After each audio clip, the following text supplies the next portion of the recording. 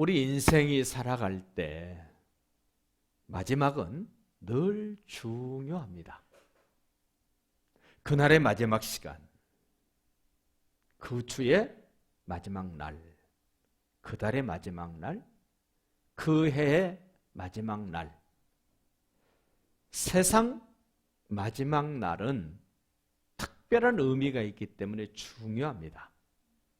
예수님이 사람으로 이 땅에 오셔서 하신 일 가운데 십자가에 달려 죽으시는 일이 가장 의미 있고 중요한 일이었습니다.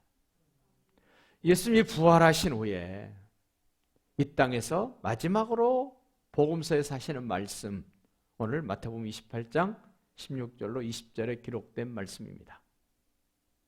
왜 마지막이 중요합니까? 마지막은 마지막이 아니라 새로운 역사의 출발이기 때문에 그 마지막이 중요한 것입니다. 오늘 우리 주님이 부활하시고 승천하시고는 예수님이 주로 사역하셨던 것들을 예수님이 하시는 것이 아니라 이제는 예수님의 이름으로 오신 보혜사 성령께서 새롭게 시작하시는 근거가 되기 때문에 우리는 이 말씀, 마지막 이 땅에서의 부탁이기 때문에 매우 매우 매우 중요합니다. 오늘 11절 그렇게 말합니다. 11 제자가 갈릴리에 갔다. 예수님이 말해주실 때는 이 말씀을 기억하지 못했습니다. 그러나 부활하신 예수님이 만나셨던 막달라 마리아와 다른 마리아를 부활하시고 예수님이 만나주시고 그 부활하신 주님을 만난 사람들에게 우리 주님이 제자들에게 가서 갈릴리에서 만나자고 가서 말해라. 부활하신 주님을 경험한 사람들이 전해준 말, 그리고 옛날에 예수님이 살아계실 때 하셨던 말씀이 서로 하나가 되어져서 이 11명의 제자들의 발걸음을 갈릴리로 이끌어간 것입니다. 그래서 제자들이 부활하신 예수님이 일러준 말씀대로, 사람으로 계실 때 일러준 말씀대로 갈릴리로 갑니다. 17절입니다. 예수를 배웠고 경배하나. 갈릴리에 가서 한 일이 뭡니까? 예수님을 높여드립니다. 예수님께 경배를 합니다. 그런데 안타까운 얘기를 오늘 17절에 하고 있습니다.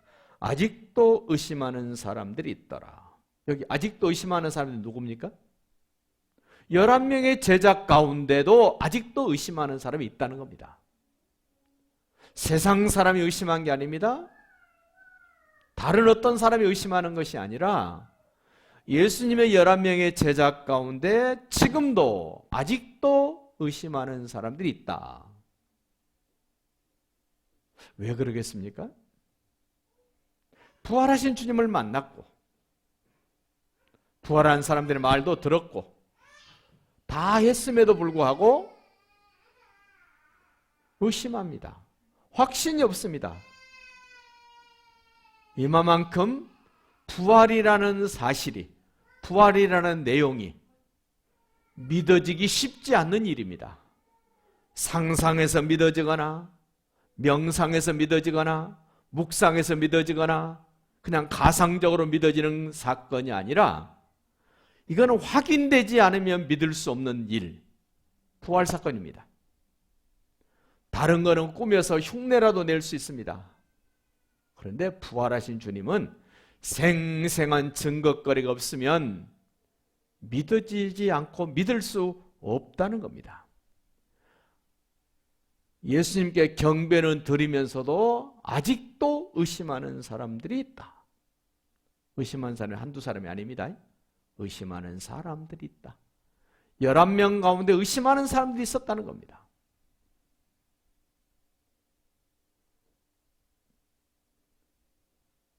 다시 한번 예수님이 의심하는 제자들에게 확인시키시고 또 확인시키시고 또 확인시켜 주시는 장면. 18절 보십시오. 예수께서 나와 말씀하여 이르시되, 여기서 지금 마태복음 1장 21절 예수는 자기 백성을 저희지에서 구원하시는 분 이렇게 소개했습니다. 1장에서. 그리고 1장 23절에서 예수는 임마누엘이다. 하나님이 함께 하신다는 이야기를 했습니다. 그런데 오늘 18절로 20절에 보면 똑같이 예수를 소개합니다. 예수께서 나와 말씀하여 이르셨다. 세상 끝날까지 내가 너희와 함께 있을 것이다. 임마누엘을 얘기를 합니다. 1장 21절 23절과 28장 지금 18절과 20절이 어떻게 다릅니까? 같은 예수를 말하는 것이 아닙니다. 마태복음 1장 23절의 예수님은 아직 십자가도 지지 않으셨고 아직 죽으시지도 않으셨고 아직 부활도 안 하신 예수님을 1장 23절에 소개를 합니다. 앞으로 그분이 죽으신 후에 당신의 백성들을 구원하실, 죄를 용서하실 예수님을 소개했습니다. 1장 23절은 하나님이 함께 한다는 사실을 예수님에게서 말씀하셨는데 28절 그분이 오셨고 그분이 죽으셨고 그분이 부활하시고 함께 하신다는 임마누엘을 소개를 합니다. 1장과 28장에 큰 차이가 하나 있습니다. 그분의 죽으심과 부활입니다. 그래서 복음서는 예수님의 죽으심을 강조하고 부활을 강조합니다. 우리도 강조해야 될 게 뭡니까? 예수님의 죽으심이요, 예수님의 부활입니다. 성경에서 강조하고 강조한 내용을 우리도 강조하고 강조해야 됩니다. 예수님의 죽으심의 사실을 듣고 늘 들었던 제자들, 3년 동안이나 예수님으로부터 죽으심에 대한 이야기를 듣고 또 듣고 또 들었습니다. 예수님이 그렇게 죽으시는 것을, 십자가에 달려 죽으신 것을 11명의 제자는 똑똑하게 눈으로 봤습니다. 예수님이 십자가에 달려 죽으실 때 슬퍼했습니다. 괴로워했습니다. 예수님이 성공하면 우리도 잘 먹고 잘 살아보려고 했는데 예수님이 비참하게 십자가에 달려 죽으시자 절망도 했던 이 11명의 제자입니다. 예수님의 죽으심을 듣고 보고 확인했던 이 제자들, 그 죽으신 예수님, 무덤에 장사 지난 바 되신 예수님이 다시 살아나신 것을 들었습니다. 빈 무덤을 보고 예수님을, 부활하신 예수님을 만났던 마리아와 다른 마리아가 다른 박제에서 전해준 부활하신 예수님에 대한 이야기를 들었습니다. 그리고 부활하신 예수님이 제자들에게 두세 차례 찾아오셔서 만나주셨습니다. 보았습니다. 만났습니다. 손에 못자국도 만졌습니다. 벽굴에 창자국도 만지기도 했습니다. 방문이 닫혔는데 마치 방문이 열린 것처럼 부활하신 예수님이 방 안으로 들어오시기도 하셨습니다. 이렇게 생생하게 음식도 같이 먹고 같이 대화도 하고 못자국 난 손도 만져보고 창자국 난 옆구리도 만져보게 하시면서까지 살아나신 예수님, 죽으신 예수님이 그대로 부활하셨다는 것을 보여주고 확인해 줬음에도 불구하고 뭐라 그럽니까? 아직도 의심하는 사람들이 있더라. 이 말씀은 부활이 얼마나 확실했는가를 지금 우리에게 보여줍니다. 부활이 얼마나 분명했는가를 보여줍니다. 안 믿으려고 했던 제자들 중 몇 사람이 안 믿을래야 안 믿을 수 없도록 증거를 주님이 친히 확인해주고 확인해 주시니까 믿을 수밖에 없는 제자들이 되었다는 말씀을 강력하게 하고 있습니다. 오늘날 세상 사람들이 따지고 의심하는 것보다 더 많이 의심했던 제자들 아닙니까? 할 수만 있으면 부활을 부인하고 싶고 안 믿으려고 했던 제자들 아닙니까? 그런데 그들이 예수님의 죽으신 것처럼 부활을 현실로, 사실로 인정하고 받아들입니다. 그렇다면 우리는 어떻게 해야 됩니까? 우리들의 의심은 이 정도는 아니잖아요. 예수님이 하신 말씀을 들었고 예수님이 죽으신 것도 보았고 부활하신 예수님으로부터 말씀을 들었고 만지기도 했고 확인도 했음에도 불구하고 안 믿으려고 의심했던 이들이 할 수 없이 믿을 수밖에 없었던 예수님의 부활이라면 우리는 성령께서 내가 보는 앞에서 못 박혀 죽으신 예수, 내가 다 이루었다고 소리치시는 예수님을 지금 내 눈앞에서 죽으시는 것처럼 성령님이 내게 적용시켜 주셨습니다. 부활하셔서 마리아를 만나주시고 도마에게 만져보라고 손가락을 넣어보라 그러면서 확인시키시고 함께 먹으면서 함께 대화를 나누면서 말씀하신 그 예수님과 똑같이 오늘 제자들에게 나타나신 예수님처럼 성령님은 2000년 전의 사건이 지금 오늘 현실로 우리 앞에 펼쳐지는 것처럼 내가 보고 내가 듣고 내가 만지고 내가 확신할 수 있도록 성령 하나님이 지금도 우리 속에 역사하시는 줄로 믿습니다. 그것이 성령의 역사입니다.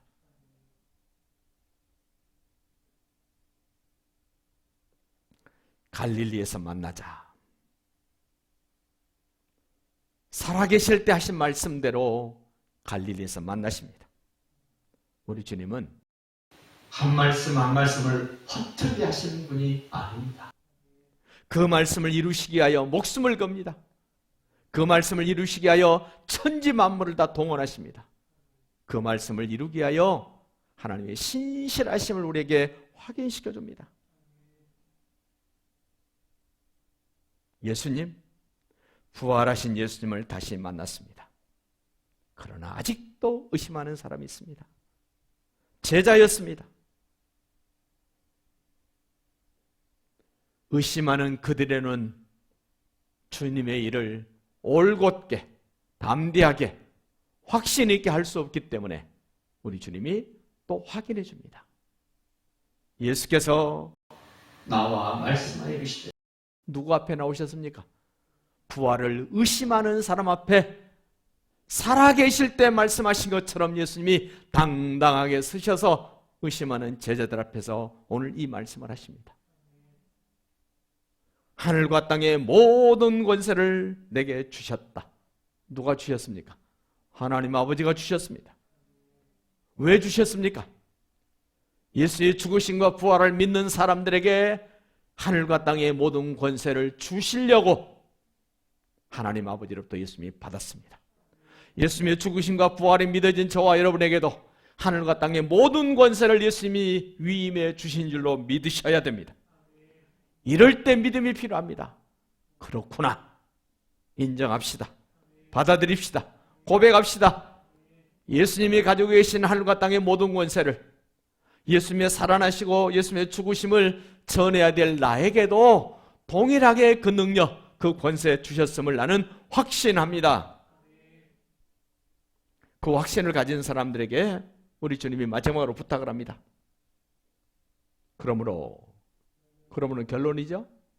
하늘과 땅의 모든 권세를 내게 주셨는데 예수의 죽으심과 부활을 전해야 될 너희들에게 내가 그 하늘의 권세, 땅의 권세, 모든 것들을 너희에게 주었다. 그것을 위임받은 사람은, 부여받은 사람은 가라 그럽니다. 가라. 땅끝까지 가라는 겁니다. 예수님의 죽으심과 부활을 모르는 사람들에게 가라는 겁니다. 명령입니다. 가도 되고 안 가도 되는 것이 아니라 주님의 죽으심과 부활을 경험한 사람, 하늘과 땅의 모든 권세를 위임받은 사람들은 가야 됩니다. 우리 조선 땅에 130년 전에 조선 땅이 어디 있는지도 모르고 이 명령을 받은 사람들이 선교사로 왔습니다. 한마디 복음도 전해보지 못하고 이 땅에 죽었습니다마는 또 다른 이 명령을 위임받은 사람들이 와서 우리에게 피 묻은 복음을, 예수의 죽으심과 부활을 전해줬습니다. 그래서 전달받았습니다. 우리도 그것을 전달받았기 때문에 우리도 전해야 됩니다. 그 복음을 전하기 위해서 가라는 겁니다. 많이는 안 가봤습니다마는 한 6, 7년 선교제를 가서 보니까 가기는 갔는데, 가라는 명령을 받고 가기는 갔는데 예수님의 죽으심과 부활에 대한 내용을 전하지 않는 많은 사람들을 봅니다. 가기는 갔습니다. 가서 해야 될 일이 있습니다. 그 다음 보십시오. 모든 족속으로 제자를 삼아라. 가는데 뭐하러 가야 됩니까? 제자 삼으러 가야 됩니다. 병 고쳐주러 가는 것이 아닙니다. 그들의 문맹을 깨우쳐주러 가는 것이 아닙니다. 배고픈 사람들에게 먹을 걸 주러 가는 것이 아닙니다. 우물이 없는데 우물을 파주러 가는 것이 아닙니다. 확실해야 됩니다. 제자 삼기 위해서 가는 겁니다. 그 제자 삼기 위해서 갔는데 환경이 열악하기 때문에 제자 삼을 수 있는 좀 더 나은 환경을 만들기 위하여 병도 고쳐주고 밥도 주고 샘도 파주고 가르쳐주기도 하는 것이지, 그 목표가 바뀌면 안 되죠.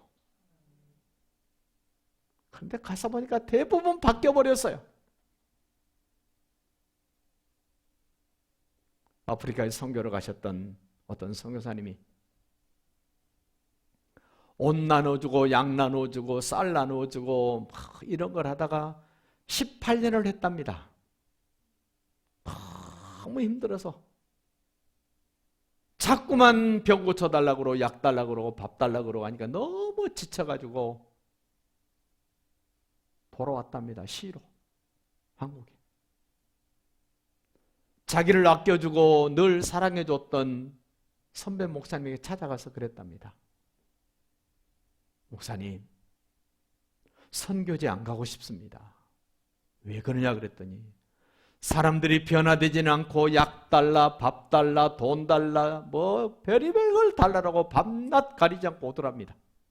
그래서 제가 그거 하다가 지쳤습니다. 그랬더니 그 선배 목사님, 너는 뻘짓거리를 너무 오래 했다. 헛짓을 너무 많이 했다.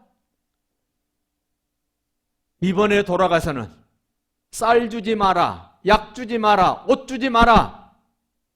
딱 줄 게 하나 있다. 예수님이 왜 오셨는지, 왜 죽으셨는지, 왜 부활하셨는지, 왜 살아나시고, 왜 승천하시고, 왜 다시 오시는가 말을 줘라. 그랬더니요, 가서 그렇게 했더니 100명 모였던 사람들이 10명도 안 모이더랍니다. 그건 웬일입니까?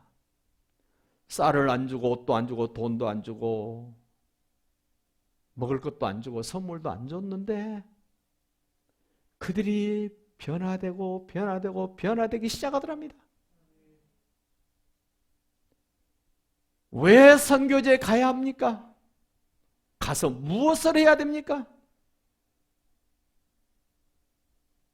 우리 한국 땅에서도 교회가, 목사가, 믿음의 사람들이 뭐 해야 됩니까?